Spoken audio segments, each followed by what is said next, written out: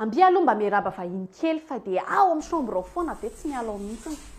Tadidindry moa neny Tobeby, vadiny Dato Philibert Tsanjomakely, dadandry isy Rado sy Nantenaina.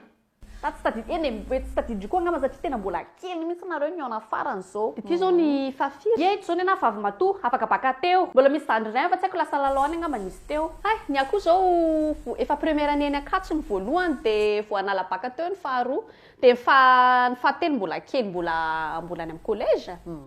Manaona mba manao raharaha ve ki? Le ankizy amin'izao tsy mba manao raharaha mihitsy fa dia miandry andry foana. Teto vivana mihitsy fa nenay ao dia ady foana isan'andro. Tamin'ny androntsika nefa vao miteny fotsiny nefa dia to dia iny mirifatra. Tsy akijanona. Fa somary ohatran'ny anana izy io tato fa asa manao sipa mihitsy angamba zany. Efa fotoana izao nanenao koa ary niky.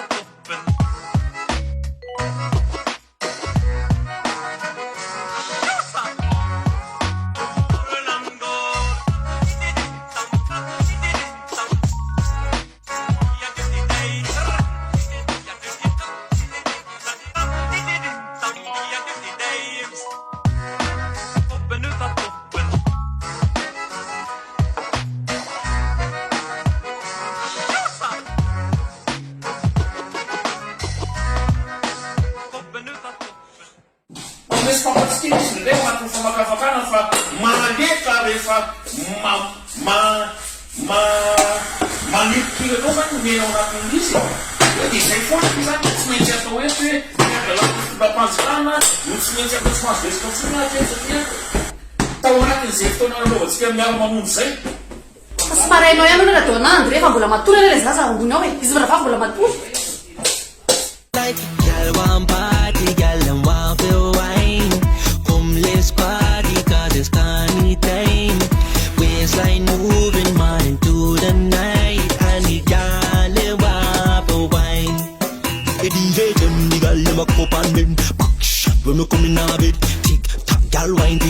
Anytime I see a girl, you have to get wet, burn like a cigarette, bend down, daga next.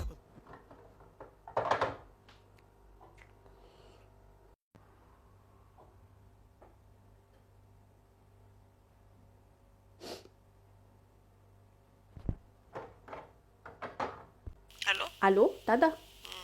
Efa tonga avy nianatra dia afaka hoango vela to dada anaty frigo s'il te plaît. Jerijerenao fotsiny. Ary yaourt. Hoandrea. Zay fotsiny ka. Zay. Bisous, refeo.